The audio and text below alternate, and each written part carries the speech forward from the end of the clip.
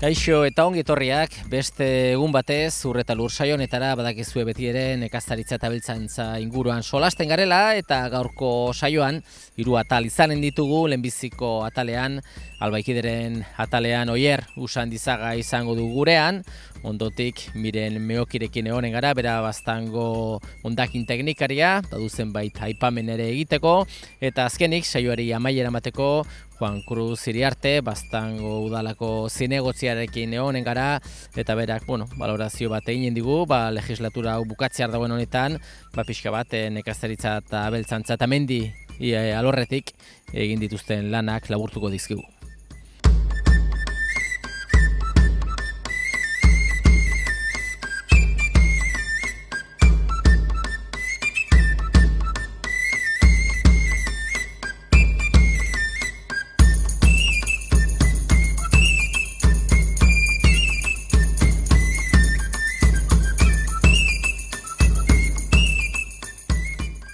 Saioaren hasieran esan dugun bezala, gaurko honetan lehenbiziko atalean Albaikideren atala dugu eta gurekin Oier Usandizaga albaiterua eta gai garrantzitsu batekin eskuartean. Oier, badakigu ez esneko behien sektorean, behiak urtean zehar umatzen joaten direla eta umatze hori benetan garrantzitsua izaten da esplotazioarentzat eta baita ere azkenean behiaren osasunarentzat momentu kritikoa eta kasu horretan beti ere ura desentean behar du eta pixu batzuk ere pendiente goten zarete hidratazio horrekin, ez?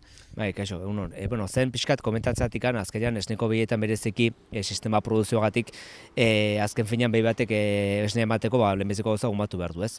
Behi baten bizian, umatze momentu hori oso fase kritiko eta pixkat arriskutsu izaten da, ez fisikoki bakarrik, azkenean fisikoki umatze batek duen bere exigentziaz aparte, askotan alimentazio aldaketak egoten dire, lote aldaketak egoten dire, da momentu oso larri edo kritikoa behi baten bizien, ez? Hori gehitze badugu, nahi dugula gainera, behiak pixkateko izpena optimizatzeko parto edo erditze asko izatea eta gaina ahalik eta gertuena, behi baten bizian, juntatzen dire, bi hiru parto eta gainera nahiko gertu eta izaten dire momentu nahiko kritikoak esango nuke netzako esneko behi baten bere biziko momentuik arriskunetakoak edo arazo gehiena ekarri ditzakenak, ez? Momentu hortan gertatzen den gauz bat pixkate guk konsideratzen duguna garrantzitsua da hidratazioa. Partoan inguruan beti dago deshidratazio puntu bat naturalki ere, azkenean behi umatzen delaik, normala da, umetokiko urak eta galtzen ditu, eta hor badago normalean deshidratazio fisiologiko edo normal bat, ez? Hortaz aparte gehitu behar da, normalean behi umatzen hasten delaik, lotean aparte xo gelditzen de, ez du jateko edateko gogo hondik izaten, partu ezan ondoren ere, entre minak, bere egoera berri hortan ere ez da hidratatzen, ez du jana ongi egiten, eta esneko behien kasuen bereien metabolismo eta pixka bereien egoera bereziagatik momentu hori oso larrie izan daiteke, ez? Eta horretarako, zuek ere beti ere behiari edo abeltzainari laguntzen diozu, ez? Gomendatzen diozue, ura edan dezala, eta orduan ez egite pixka bat nola egiten da jarraipena edo preventiboki ematen zaio ura unitz, ze gomendio ematen duzu ezuek? Bai, aziendakin askotan pixka tenperratzen gara jateko gai hortan jatea edo ahalik eta janelio bera, eta ez gara behinera aztu behar uraz, ez? Urak izan behar du freskoa, garbia, pentsatu azkenean abeltzaina baino gehiago esneko izlea direla eta horrek exigitzen du ura potable edo edangarria izan behar duela, kantitatean osarki eta behiak izan behar duela urara iristeko bere errestasun guztiek, ez? Erditze inguruan hori bikoiztu edo hirukoizten da, ez? Bere goeragatik behar du ura ondoan eduki, berarentzako behar du izan apetezibile, pixkat, erre sartzeko erakargarri behar duela izan, ez? Eta momentu horietan askotan gertatzen da alderantziz, ez? Ikullu askotan lekuak ez dire ongi prestatuek erditzeko tal, da pixkat aurkitzitugu egoera batzu pixkat alderantziz. Zergatik da horren importantea ura erditzen inguru hortan, aldeno aipatu dugun bezala, galtzen dituen vitamina, elektrolito, mineral, kantitate dena, bueltan parte bat bitzat rekuperatzeko, bestaletikan hidratazioa esango litzakena hidratazioa bera, da, guk odolean eta behar dugu ur volumen bat eta hori galdu hori pixka rekuperatu behar da, eta gero esne behien kasuan oso importantea da estomaka edo beraien sistema digestiboan funtzionamenturako. Azkenean, behi umatu berri batek ura edan behar du, pixkat rumena edo bere estomako handien hori urez betetzeko, eta urez betetze horrek pixkat egiten du motilidadea edo pixka mugimendu hori mugituazi. Bestela askotan ez badura edaten gelditzen dena estomaka guztia geldi, eta horrek gero ekarri ditzake arazoak normalean frekuenten ez duten dena gatzagia mugitzean lekuz. Eta gero, hori zirurgia egin behar da, gauza asko komplikatu eitek ez. Pentsa behi bat egon dela 9 hilabete aratze batekin tripa barnean, egun batetik bestera aratze hori desagertu da, eta tripan barrenean nola esatetik zulo handi gelditu de. Orduan interesatzaigu zulo hori ahalik eta azkarren pixka betetzea, eta hortarako oso egokia da ura edatea, ez. Nola edanazi behi bati ura? Normalean guk akonsejatzen dugu erdi berriten 40-45 litro ur. Badire behiek edango dutenak, eta beste batzuk normalean badire bi sistema. Alde batetik badugu bomba moduko bat, edo bomba manual bat, behi egin behar da sondatu, eta normalean sartzen dugu 40-45 litro ura epela, eta jake sondatzen dugun, aprobetxatzen dugu minerala, kaltzioa, beste hainbat aditibo sartzeko, pixkat metabolismoa berriz ahalik eta azkarrena etortzeko bere ingurura. Eta orain dela gutxi, orain dela pare bat hilabeteo, ekarri duguna da, beste produktu berri bet, ekarri duguna, da produktu haus batzu dire, badu kaltzio, baitu mineralak, baitu komponente batzuk, eta egiten duguna da, zuzenean 3-4 balde uretan hasi, azkenan 40-45 litro juntatuz, eta produktu duen gauza berezia da oso erakargarria dela behientzako. Beraiek aseguratzeute behien 188ak uroia dango duela lehenbiziko 2 minututan. Edate dute, baina ikaragarri da, lotzen dire, ikustekoa da, nola lotzen diren. Orduen, da modu bat, hazien da, bortxatu gabe, ura pixkat edanazteko, pixkat sistema digestibo hori eta lehenbailen martxa jarri aiteken, ez? Ikuilu edo, baserri askotan ohitura izaten da beti ere erditu ondotik, behia bat, botila bat ardo emateko, ez dakit hori ere pixo bat lagungarria den edo ez, oia utzi da ohitura horreri. Nik ohitura ez dut ikusi, etxean aitona zanak eta bazun ohitura, baina nik behiei kaltek ez dioengo, nik uste botila ardoa hobe dela nagusientzako gorde, eta behiai sartu gura lasai eta ez dio kalte ikingo, baina ez du motibo zientifiko edo zeik. Orduan garbi dakigu, behiak erditu ondotik ura eta garrantzitsua dela, eta pixka bat ere ez dakila ikusi dugu jauda berrean ongi sarturik gaude, uraldi politakin ditu, euri batzuk ere, eta ja hasi dire abeltzainak hazien da kanpora ateratzen, hazien da kanpora atera aurretik ze tratamentu zer egiten da. Bai, ja nabaritzen da pixka behi gorrien pixkate parto edo momentu handien apastu dela, eta ja eguralde honekin normala da jendea kanpora ateratzen hazien da, ez. Urtero bezala azkenean udaberrien eta udazkenean egiten du gomendio bera, ez? Guke araiko behietan eta ardietan adibidez, ardiek esneta zan, gomendatzen dugunak hasi urtero da desparasitazio bat, pixkat ez animalia garbitzeko bakarri, baizik eta belaia bialtzituzun azindoi, alik eta garbian ajuteko, eta nolabait parasituen zikloi mozten saiatzeko, eta beste baldetik da enterotosemian txertua, ez? Azkenean, oain bazka aldaketa fuerte bat egite zaie, barneko alimentaziotik, kanpoko alimentaziora pasten da, eta hor bai, susto batzuk egon daitezkela, eta beti akonsejatzen dugu enterotosemian aurkako txertoa aplikatzea. Hoie biek, pixkat gomendagarrienak, gero hortik aurrera ja, etxe bakoitza dituen bere planak edo bere egoerak, ez? Songi oier, eskerrik asko, gai hau azaltzegatik eta egoera nola dagoen larazteagatik, eta badakigu zuek baserritar asko belarretan dabiltzela tope, momentu hauetan zentratu daude kanpoko lanetan, hazien da lanetan baino zuek ere instanten ja izanen duzu berriz ere lana fuerte, eta segi zuen martxa, eskerrik asko. Eskerrik asko zuei, urrarte.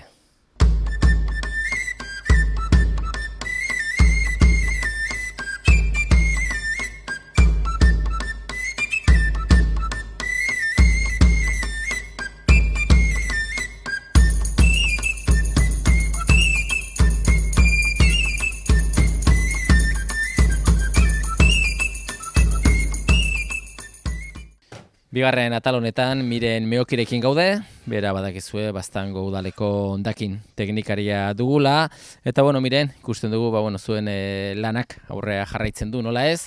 Eta gure gibelkaldean, konposteko etxolo hontan ari direz, bere prozesu jarraitzen ez. Hoi da, bai, hauek, hemen konpostetxo hauei mantenimentua egiten zaie, auzo konpostagunei orokorrean, eta noizbehinka hustu behar izaten dira. Eta preziski etxola hontan nahi gara horako, esperimentu edo zerbait berezia egiten, gelaxka batetik bertzera pasatzen dugu konposta egina, prozesuan aitzine daienean, eta gelaxka bakoitzan egiten du fasearen zati bat, madurazioa edo deitzen dena.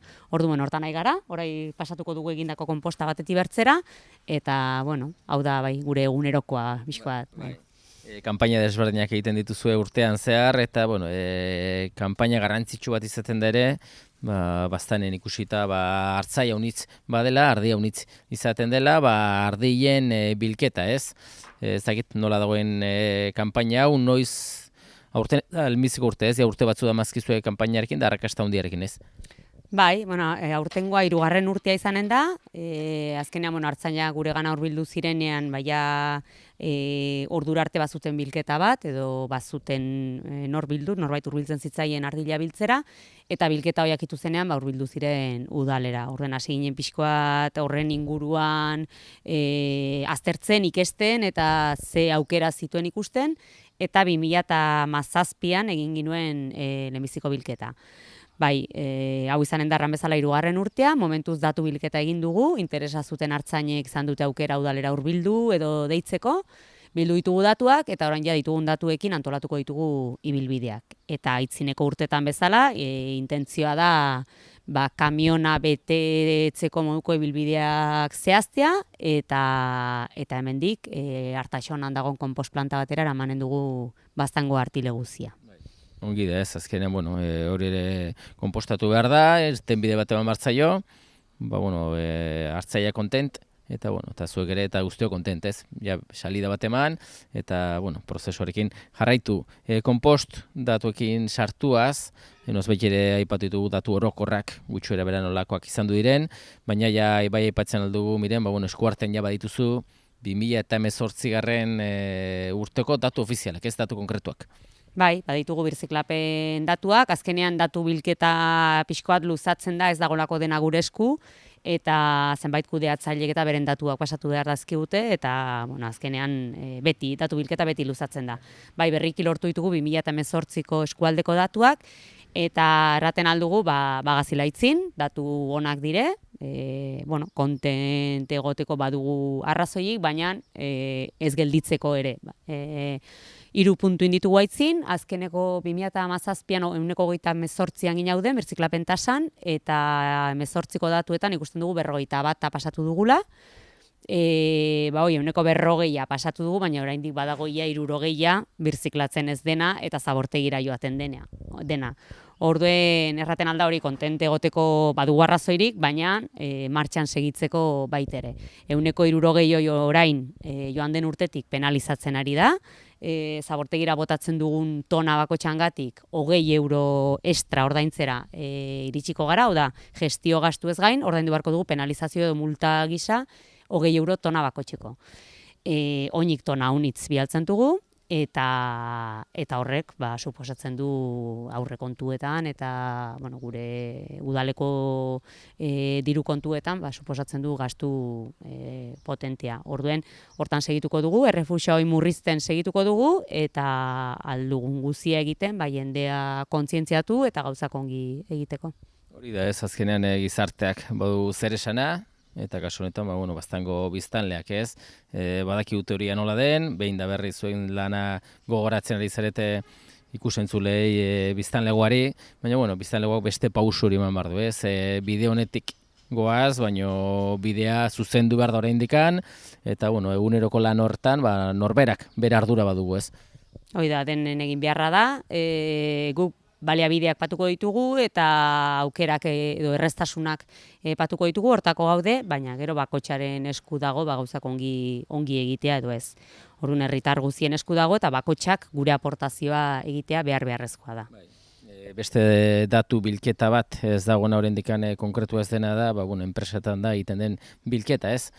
Hoi da, bai, sortzaile bereziekin organika unitz sortzen dutenekin martxan patu dugun zerbitzu berri hontan ere datu arras positiboak ditugu, eta ziur gaude honek ere gure datuetan eragin handia izanen duela.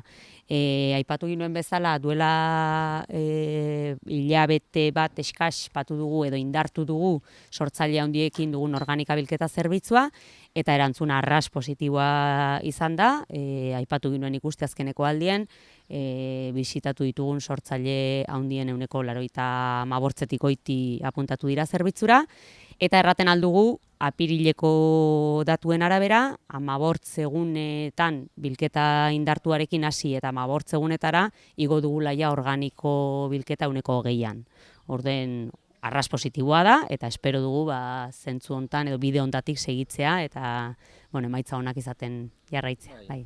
Sortzaile handiak ez azkenen bere hitzak dion bezala, unitz sortzen dute, eta datu orokorretan, zuk esan duzu bezala, azkenean kopuru positiboa lortuko da beraien esker, ez? Pixo goratuko dire, portzentaiak eta datuak, ez? Bai, aipatzen duguna beti, organikoa gure zaborbolsaren erdia balima da, eta balima ditugu zenbait establezimentu organikoa unitz gehiago sortzen dutenak, hoiekin lanketa berezi bat eginez, lortzen aldugu datu orokorrak benetan aldatzea eta igotzea. Orden hoiekin landu dugu, hoiek dire jatetxe, ostatu, supermerkatu, frutadenda, ikastetxe, zarretxe, gisakoak, eta hoiei egiten diegu ja bilketa personalizatu bat. Bizket beraien beharretara moldatzen gara, eta nabaritzen ari da. Bisitatu ditugu, erantzun oso arrasona eman dakute, eta emaitzetan noski nabari da. Oso egin biren, gure partetik zoriondu zuri ere, egiten duzu lanagatik, emaitzak hor daude, emaitzak onak dire, baina, behin da berriz esaten duguna, espero dugu, hurrengo urteari begira, emaitzak oraindik askoz hobeak izatea. Eskerrik asko eta beste bat arte Miren. Mil esker zuei.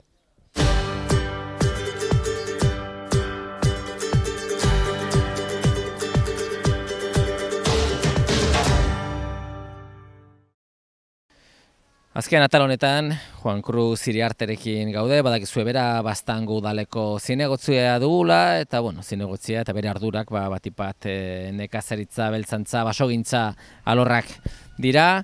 Eta Juan Cruz, 4 urte pasatu dire, guretzako agudo, zuretzako behar bada ezagit hor barroan egonda lan asko izaten da, kezka asko ardura handia, behar bada ezain agudo, baina une aproposa pixka bat 4 urte hori, legislatura honeri, balorazio bat egiteko, zure ikuspegitik, zinegotzi zaren ikuspegitik, alorra hauetan egindako lanak edo batipat indarrak non irabili dituzuen. Hasteko behar bada ezagite, nekazaritza abentzantza alorrean pixka bat ze balorazio egiten duzu? Egirteko orai behirada gibelat patzen badugu denborean egirteko agudo pasatu dire, zeatik ere egirteko hasi ginen atoa makina, egirteko sartze zara udalan, ekainan hartu ginuen gure udala, batzar nagusia prestatu behar zen, dena sekulako informazioan pile, nola egin, nola ez egin, eta 4 urteoketan, niretako positiboak izan dire, pasatu dire ongi, eta hori pres gaude bertzela urte osatzen dugun eta iten dugun.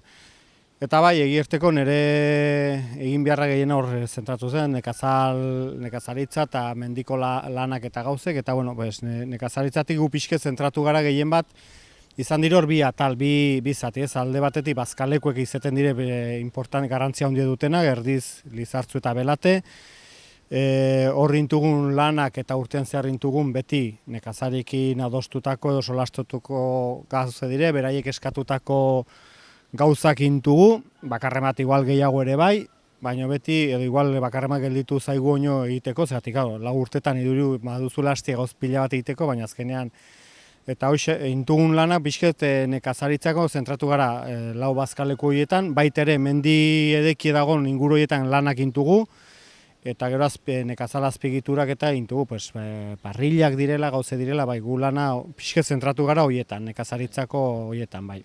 Hori da, beti ere, horren barruan ere lan horietaz gain, garrantzitsuak izaten dira ere, badakigu feriak, ez? Azkenean herritarrentzat, udalarentzat, Sita Pireneika lehiaketa beratik ez, iraian ospatzen den azken urte hauetan Baztanen burutu den feria honetatik, udaberriko eta udazkeneko feriak, ez? Azkenean pixkote plaza erakusleku da ingurunean, eskualdean, den aziendaren erakusleku, eta zuentzat ere ez da bakarrik lana edo hazienda zaintzeko mendian da gauza, baizik eta egun horiek ardi besta basarretarrentzat, nekazarentzat horrela ikusten duzu ere, ez? Bai, guretako du hoxe pixket egun horiek dire hoxe alde batetik nekazari ematen zaion garrantzi inderra eta laguntza gure aldetik egiten du antolakuntza, Udaberriko eta Pireneiko arrazako feri hortan, eta baita nekazari disfrutatzeko, guri erten dagute jendia, gehien bat, ze gustora tortzen garen, Pirenaikako feri ikustera, pasten dugu asteburuet ikusten behi zoragarriek, disfrutatzen, bere mundu hoide, beraiek hortai bizi dire eta orden gustora pasatzen dutera, baina baita ere gu garrantzi ematen beraiek egiten duten lana eta beraien bizia. Eta gero Udaberriko feria gehiago lantzen da ardi mundoi, ari lehiaketa egiten delakoz eta hola, eta gu pixket Udaberriko feria eman izan ginen pixket zuen inderraino pixket gehiago saiatzen nahi gara urteoketan indarra gero eta gehiago hartzea, orden ingintuen aldaketa batzuk antolakuntzan, lehiatzean ere patu gintuen antxoarikoak, hartzainakin solastatutako gauze dire, zire gure imaginariotik torri, baizik eta beraiekin kursiz eta indarra manaian gauzoi ziten altziren, beraiek proposatu zuzten gauze, gu aintzin eta tratugu, eta hor segitzen du, gero saiatu gara hazienda lehiatzen ez zen hazienda tortzea, pixket poni betzuk, ardi betzuk, behi betzuk ekartzea eta horre gotia, eta horrek suposatzen du beti lan bat, eta gu gustora, beraiek gustora etortzen dire, gustora egoten dire, eta hoide pixket idea, bai. Eta Pirenaikako behiarraz lehiaketa hortan pixket zerbait mateatik abietu ginen argazki lehiaketa hoi ere bai, eta pixket aldaketa batzuk gintugu, indarra nahi duguman ez dugu nahi ustea eta uste dut hor mantenitu nahi dugule, duen azkenean limite bat badu kopuruak eta gauzek daude limitea, baina ez dugu nahi pixketa hautzea, orden pixke mantenimentu hortan zue indarrean kontzen nahian, gortan gabiltze eta badugu egirteko horrelako xiste bat zaizkigun edera behorraen mundu hortako jendea, burgeterrazako jende hor bildu zaigu pixke gure gana hola, xisteka aber zerbait lortzen duen, ez da gitu, aber legialdi unten zerbait iten dugun, edo eskusko dugu pixket, aber zerbait lortzen dugun. Aitzongi, eta beste alorra pixo bat mendia, basogintza alor hori, badakigu baztanen ere basoa unitz badela, eta hori ere kudatu behar da ez? Bai, hori ere egirteko lana uniz maten dago, hor dugu komunalean animeleko eremuek, badugu plan forestal bat bete behar dena, urtero markatzen dagunen non eta zer esplotatu behar dugun, eta hortan horrek suposatzen dago guri ere inbertsio batzuk egitea, mendik kudeaketa hortan behartuzu azpigiturak antolatu, pistak direla, direlekuek aksesuk ez dutena behar diregin, daudenak hobetu behar dire, zeatik makinaria gero eta handiokoa da, gero eta zailago da ere bai hurbiltzea, horrek suposatzen da guri inbertsio batzuk egitea eta hola, baina gero, klaro, gu oianetik ere gusten dugu alde batetik, bai udalak bere inbertsionea batuela, baina baita herritarrak beharrak betetzeko, etxeko egurra egiteko edo beren gauzak egiteko, orden gu bideoiek eta infrastrukturei du alde batetik bai mendiek saltzeko, baina baita ere etxeko egurrak eta azkenean biomasa ere gestionatu behar da, gu dugun ondare ontasun beda, materia ona da, eta orden hori dena gestionatzeko gure horri garrantzia handi ematen dugu. Eta gero behin gainerako guztia landaketak intugu, garbitaren mantenimentu ere behar da, lehenoinikeko mantenitu behar dire, urtero orai dela 20 urte eta hor zauden eskindei zarrak biltzen nahi gara ere bai, urtero 4 kilometro inguruen menditik alambre zarra biltzen nahi gara, horrek ere suposatzen duen gastuarekin, baina guretako da mendien onurako, baztandarrek guziendako onura dena, hazienda ez da trabatzen, jendea ez da, eta horren gauzoi denak, eta hoxe gero ere bai, zutiak ere guretako garrantzia handia badu, aurten guztiz ze pasatu den ikusita. Eta hortan ere hor gaude, egiten dugu desroziak, egiten dugu erreketa kontrolatu gure mendizainakin batean, eta suhiltzaileak eta eprifekoakin eta Nafar Gobernuko mendizainekin egiten dugu hor koordinaketa bat. Eta hori ere hor dago, lan hori denak egiten dugu, bultzatzen dugu eta ikusten dugu arras garrantzia duela gure baztan mantenitzeko, gure paisajia, gure ingurua eta dena. Eta hor dugu ere, pixket, bertze gauzbet martxan abietu dugun eta hor dago nahi dugu bilera pare bat Nafar Gobernukin legialdi unten eta ondoko legialdian ustut hori eman bartzaiola zonalde mailan da gehiago ere bai, baina gu bastandi benpin gusten dugu PRIF talde hori osatzea eta nahiko fijoa montatzea Nafarro mailan. Ez orai tortzen dire bertze lekuetai, aldakorra da, jendea da aldakorra, orduen beti horre suposatzen duen desgastea egun. Eta hori nahi dugu pixke finkatu EPRIF talde bat, eta bai hori ere lan aberrondoko legialdian lortzen dugun EPRIF talde sortzea Nafarro mailan, bai. Eta 4 urte ondotikan, oraindikan gogotsu eta indartsu jarraitzen duzu ez, eta beti ere motivazioarekin, beste 4 urte lanean, bazten alde jarraitzeko ez. Bai, gogoakin dudik ezin, hortako orkesten gara, laneko eta gogoakin gauzek egiteko. Eta alden guzti egiteko, eta badakigu ez dizu, auto egin behar dugu, baina azkenean aldike denbora jaten zaitu, baina gogoakin hemen egoteko eta laneko eta alden guzti egiteko, bai. Zoriondu Juan Cruz egindako lanagatik, badakigu guztion gustora inoiz ez dela egiten ez, batzuk deskonformea gian egoten aldire, baina garbi dagoena da, zu beti ere borondate honarekin aritu zarela lanean, intentzio honarekin eta beti ere baztanen alde. Zorionak eta eskerrik asko azalpena emateagatik. Mil esker eta zuek eta entzule guzti eskar mile eta gulgan izan duten konfiantza eta espero dezagun segitu dezatela gulgan konfiantza izaten gu saiatuko gara demostratzen eta hurrengo bat arte. Eskerrik asko.